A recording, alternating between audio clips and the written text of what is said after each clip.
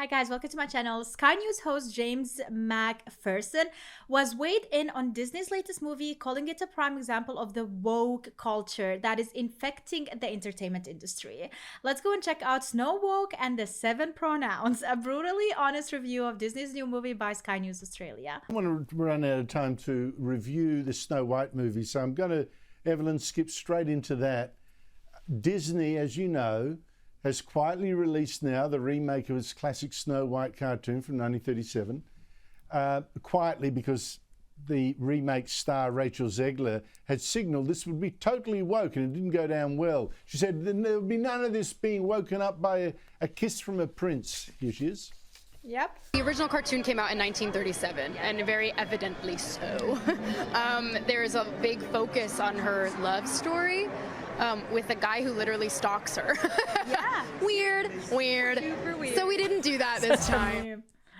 There were reportedly not even going to be dwarfs either. Rainbow people instead. I thought it was a fan protest. And even the word dwarfs isn't mentioned in this remake. The film has people saying, don't mock sleepy as a neurological condition. And dope. Sleepies? Is it really dopey? That'd be rude.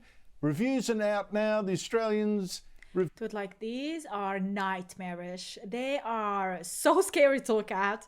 Viewer gives it just 1 star out of 5. Evelyn Ray, are you surprised?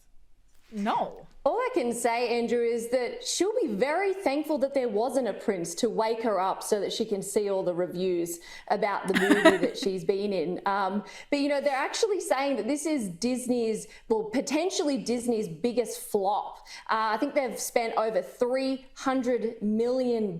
Like you said, No. I think. And I genuinely hope it's not only the biggest flop, but it is the biggest wake-up call for Disney to actually do something about it and stop with this woke nonsense. I mean, they are bringing Lilo and Stitch, and I did a reaction on my Trailer Hop and React channel, and oh my god, you guys, that is such a perfect movie, and I genuinely hope that that will be the way to go forward, and I hope they're not gonna change anything when it comes to the story, not bring this woke nonsense into it.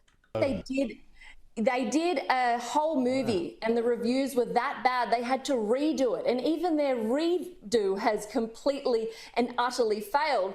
Although, you know what's interesting, Andrew, it got, I think, 2.1 rating on IMDb, which is less than what the Little Mermaid live action remake made. But I suspect what they're going to do is exactly what they did for the Little Mermaid remake, which was say that, you know what, all of the negative reviews are just from all of the racists out there. They actually had different platforms adjusting the ratings.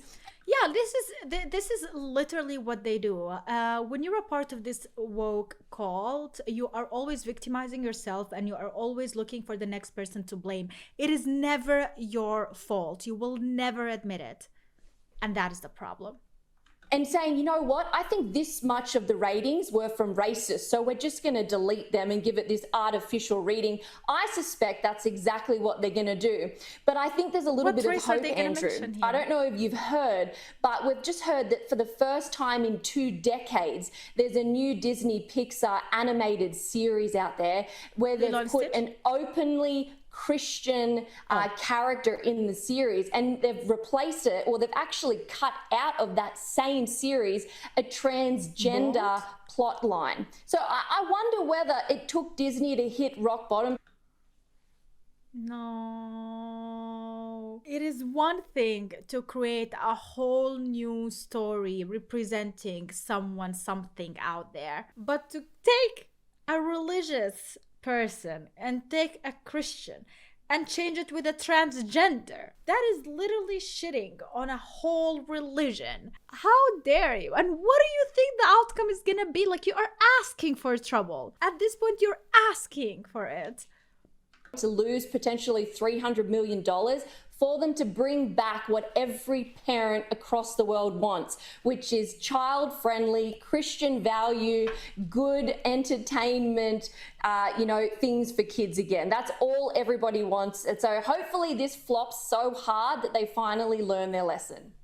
And this is literally it. They are trying with all of these animations that are for kids, essentially. They are trying to, like, back in the day, you would watch it and you would learn a crucial lesson. By the end of the movie, you will learn something related to family, friendship, and whatnot. Lately, every single one of them is about victimizing, about wokeness, about trans, about, like, it literally is constantly hitting those and teaching our kids those lessons, forgetting every other value that we as parents actually want to teach our children. No, we don't want to teach them those things. And if we do want to teach them, I don't think we need to go over and over and over and over again to the same movie teaching the same lesson and the same values that we probably don't even agree with. Will they, James? Well, Andrew, woke is a poison apple, and Disney have had a big bite of it.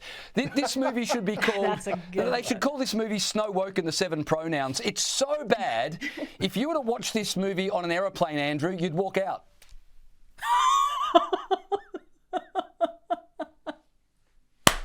He kills it. Like, these three comments are everything. I pat on the back to this guy. Like, I am sure he was thinking of those on his way there, and he is so happy to deliver. Woke is a poison apple, and Disney have had a big bite of it. This movie should be called Snow Woke and the Seven Pronouns. It is so bad. If you were to watch this movie on an airplane, you would walk out.